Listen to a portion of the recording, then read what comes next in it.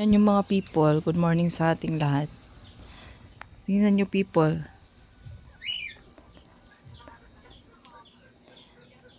Ayun, maliit pa siya. Meron ng bunga. Ito ay katimun. Sweet katimun daw to.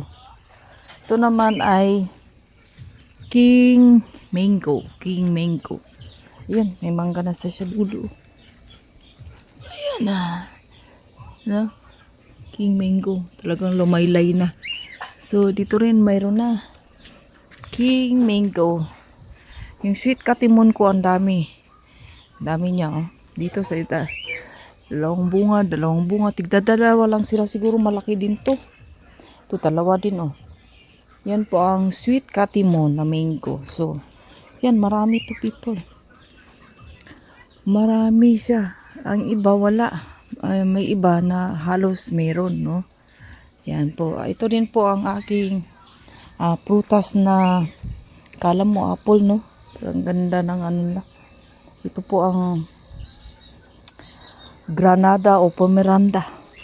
Wala rin po tong season. Talagang ano to sila.